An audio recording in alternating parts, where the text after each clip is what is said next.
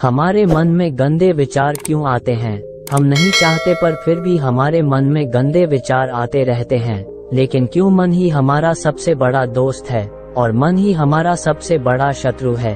जब हम अपने मन के हिसाब से चलते हैं तो मन हमें भटका देता है, और जब हम मन को संतुलित कर लेते हैं तो हम अपनी जिंदगी में सब कुछ का लेते हैं। हम हमारे मन में आने वाले गंदे विचारों को रोकने की कोशिश करते हैं, पर जितना हम रोकते हैं उतने यह विचार हमारे अंदर प्रवेश करते जाते हैं।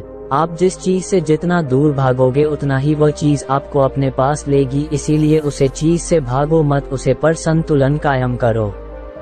एक बार एक युवक गौतम बुद्ध के पास आया और गौतम बुद्ध से बोला कि ही बुद्ध, मेरे मन में इतने गंदे विचार क्यों आते हैं? मैं नहीं चाहता कि मेरे मन में गंदे विचार आए, पर मेरे मन में हमेशा कामवासना के विचार चलते रहते हैं और मैं इनके के बारे में सोच सोच कर बहुत परेशान हूँ। मेरी ऊर्जा और समय ये सब सोचने में ही नष्ट हो जाता है और इन सब के विचारों की वजह से मैं कभी भी शांत नहीं रह पाता और मैं हमेशा ही स्त्रियों को देखकर मोहित हो जाता हूँ, अपने आप को रोक ही नहीं पता। बुद्ध मुस्कुराए और उन्होंने उसे युवक से पूछा, क्या तुम्हें पता है ये कामवासना होती क्या है? फिर लड़के ने उत्तर दिया और कहा, बुद्ध मैं ये तो नहीं जानता कि कामवासना होती क्या है, पर हाँ ये जो भी है बहुत बुरी चीज है। फिर बुद्ध ने उसे युवक से कहा कि सबसे पहले तो तुम ये समझना है कि प्राकृतिक रूप से जो भी चीज हमारे अंदर है वो बुरी नहीं है।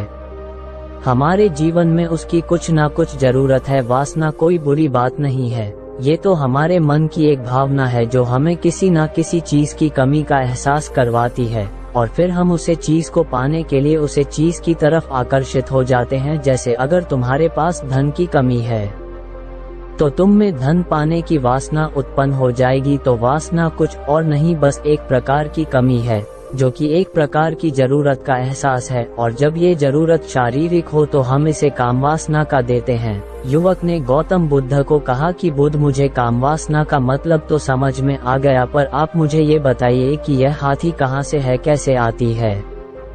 ये गौतम बुद्ध ने कहा कि कामवासना कहीं से आती नहीं है, ये तो हमारे अंदर ही होती है और इसका होना तो जरूरी भी है, तभी तो मानव जाति का विस्तार होगा। युवक ने कहा, जब ये हमारे अंदर ही है और जरूरी भी है तो फिर लोग इसे गलत क्यों बोलते हैं? बुद्ध ने कहा कि यही तो समस्या है, लोगों ने कामवासना को गलत तरीके से सोच लिया है, इसे छिपाने की दबाने की कोशिश करते हैं। कामवासना गलत नहीं है, बल्कि कामवासना का गलत तरीके से प्रयोग करना गलत बात है। लोग जिससे प्रेम करते हैं बस उसी के लिए जीने लग जाते हैं, उसे पाना ही अपना लक्ष्य बना लेते हैं और उसी के बारे में हमेशा सोचते रहते हैं, पर ये सब गलत है। बुद्ध ने योग से कहा, क्या तुम्हें पता है जानवरों में भी कम वासना होती है? युवक ने उत्तर दिया, हाँ बुद्ध, जानवरों में भी कामवासना होती है, क्योंकि जानवर भी तो आखिर अपनी पीढ़ी को आगे बढ़ाएंगे। बुद्ध ने कहा, तो फिर हम जानवरों की कामवासना को गलत क्यों नहीं कहते? युवक ने कहा, मुझे नहीं पता महात्मा, आप ही मुझे बताइए। गौतम बुद्ध ने कहा कि जानवर अपनी कामवासना का प्रयोग आनंद प्राप्ति के लिए नहीं करते, वह तो सिर्फ संतान उत्पन्न करने के लिए कामवासना का उपयोग करते हैं। जानवरों को प्रकृति ने इतनी समझ नहीं दी कि वह कामवासना को अपने सुख का आधार बना सके, जबकि मनुष्य अपनी समझ के बलबूते पर प्रकृति में पाई जाने वाली प्रत्येक वस्तु को अपने सुख के लिए अपने प्रयोग करता है।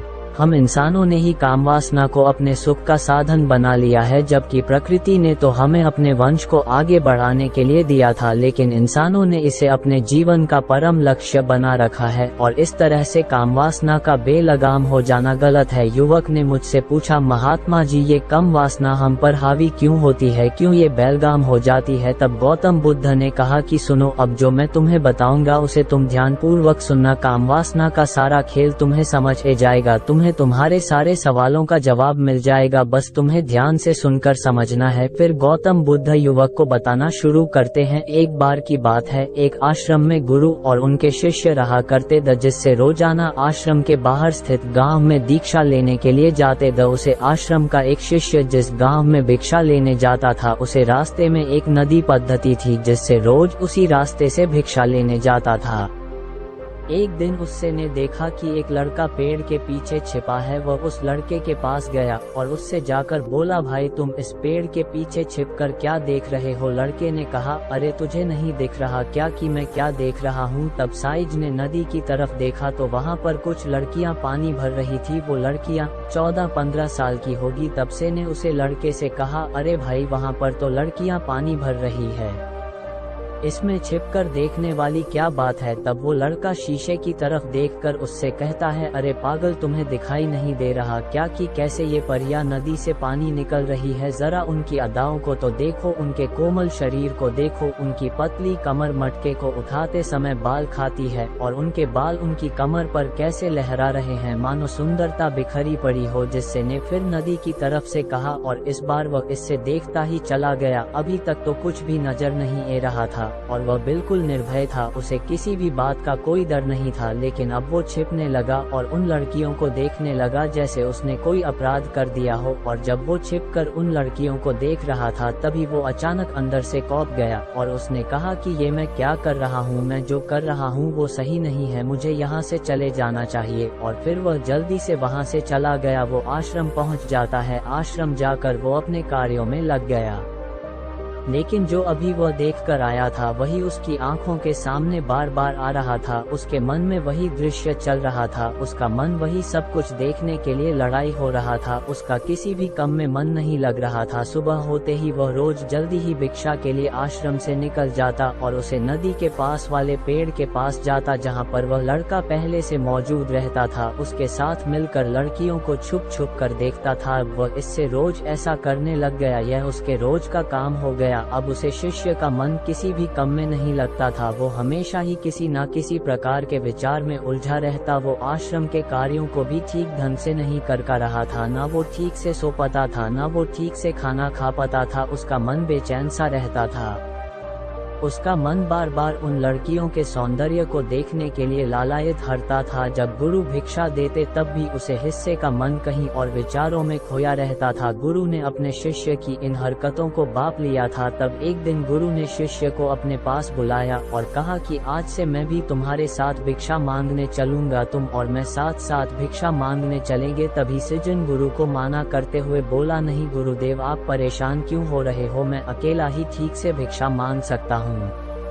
गुरु ने शिष्य से कहा कि ठीक है, तुम अकेले ही भिक्षा मांगने जाओ। जिससे तुरंत वहां से भिक्षा मांगने के लिए निकल गया। हिस्से को जाने के बाद गुरु भी आश्रम से निकल गए और शीशे का पीछा करने लगे कि वो कहाँ जाता है, किस मिलता है। ये सब देखने के लिए उसके पीछे पीछे चलने लगे। थोड़ी दूर जाने के बाद गुरु ने देखा कि उनका शिष्य एक लड़के के साथ एक पेड़ के पीछे अपराधी की तरह छिपा हुआ है और छिपकर कुछ देख रहा था। गुरु भी अपने शिष्य के पीछे जाकर खड़े हो गए कि आखिर उनका शिष्य क्या देख रहा है, जिसे देखने के लिए वो पेड़ के पीछे अपराधियों की तरह छिपा पड़ा है। गुरु ने देखा कि उनका शिष्य पेड़ के पीछे छुपकर लड़कियों को देख रहा था जो कि नदी से पानी भर रही थी। तभी गुरु ने शिष्य को कहा कि तुम क्या देख रहे हो? अपने गुरु की आवाज सुनकर वह इससे घबरा गया और उसके पसीने छूटने लगे। वह थर थर कांपने लगा जैसे किसी चोर को चोरी करते समय रेंज हाथों पकड़ लिया हो। उसी से की हालत खराब हो गई। वो कुछ भी नहीं बोल का रहा था। दूसरा का जो शिष्य के साथ था वहां से भाग गया। जिससे घबराया हुआ था उसके मुंह से कुछ टूटे फूटे शब्द ही बाहर निकल रहे थे। वो अपने गुरु से नजर भी नहीं मिला कर रहा था। गुरु ने शिष्य की तरफ देखा और कहा कि मेरा शिष्य तो निर्भय था, उसे तो किसी भी चीज का डर नहीं था, लेकिन ये क्या तुम तो डर के मारे कहाँ पर हो? जिससे इन्हें गुरु से कहा कि मुझे माफ कर दो गुरुदेव, मेरा इसमें कोई दोस्त नहीं है। उसे लड़के ने मुझे बहका दिया था, लेकिन आपसे मैं वादा करता हूँ कि आज के बाद मैं ऐसा कभी दोबारा नहीं करूँगा, मुझे माफ कर दो गुरुदेव। गुरु ने शिष्य से कहा कि कोई बात नहीं, पर इस बात का तुम ध्यान रखना कि हम जैसी संगति करते हैं वैसा ही फल हमें प्राप्त होता है। हम जैसी संगति करते हैं उसके विचार हमारे अंदर प्रवेश करते हैं, इसीलिए अच्छी संगति करो जिससे तुम्हारे अंदर अच्छे विचारों का प्रवेश हो। फिर गुरु और शिष्य आश्रम लौट आए और फिर आश्रम के कार्यों पर ध्यान देने लगा। उसने ने उसे रास्ते को छोड़ दिया और दूसरे रास्ते से जाने लगा। वो अपने काम को ध्यान से करता, लेकिन धीरे धीरे उसके अंदर क्रोध उत्पन्न हो गया और फिर वो दूसरे हसन पर क्रोध करने लगा और बेचैन देने लग गया। अब वो सही समय पर भोजन भी नहीं करता था, वो भोजन भी बहुत कम खाता था। एक रात गुरु शीशे के पास आए और उसे बोले कि अब तक तुमने कितनी बार अपना वादा तोड़ दिया। ये सुनकर शिष्य अपने गुरु के चरणों में गिर गया और रोने लगा। रोते रोते ही उसने गुरु से कहा कि गुरुदेव, मैं कई बार अपना वादा टूट चुका हूँ, फिर वादा कर लेता हूँ, लेकिन हर बार मैं वादा तोड़ देता हूँ। मेरा मन मेरे नियंत्रण में है ही नहीं। मैं बहुत कोशिश करता हूँ कि मैं अपने मन से सारे बुरे विचारों को निकल दूं, लेकिन मैं चाह कर भी ऐसा नहीं कर पा रहा हूँ। फिर गुरु ने शिष्य को कहा कि चलो मेरे साथ। गुरु शिष्य को आश्रम के बगीचे में लेकर गए और किसी से कहा कि देखो, यहाँ पर कुचिया बनी हुई है जिससे नदी का पानी इन पौधों तक आ रहा है और यह पानी एक निरंतर भाव से आ रहा है। क्या तुम इस पानी के बहाव को रोक सकते हो? शिष्य ने कहा कि हाँ गुरुदेव, मैं इस बहाव को रोक सकता हूँ। फिर शिष्य ने मिट्टी उठाकर उसे नाली में डाल दी। वो पानी थोड़ी देर के लिए रुक गया और फिर थोड़ी देर बाद उसे रेत के ऊपर से पानी आ गया। गुरु ने शिष्य से कहा, अरे ये क्या, ये तो पानी रुका ही नहीं। फिर से ने कुछ कंकड़ पत्थर उठाकर उसे नाली में डाल दिए और फिर थोड़ी देर के लिए पानी रुक गया, लेकिन फिर थोड़ी देर बाद ही उन कंकड़ पत्थर के ऊपर से पानी निकल आया। फिर गुरु ने कहा कि इससे यह क्या हुआ, पानी तो फिर से आ गया। तुम तो बोल रहे द कि तुम इसे रोक दोगे। क्या हम किसी कम को रोकना चाहे तो क्या हम उसे रोक नहीं सकते? तब सीसी ने कहा, कोई बात नहीं गुरुदेव, मैं इस पानी को तो आपको रोक के दिखाऊंगा। फिर वह फिर से एक बड़ा सा पत्थर लेकर आया और उसे नाली पर डाल दिया और पानी रुक गया। तब गुरु से कहा कि देखा गुरुदेव, मैंने कहा था ना कि पानी को मैं रोक दूंगा, मैंने पानी को रोक दिखाया, आपकी बात मैंने पूरी कर दी।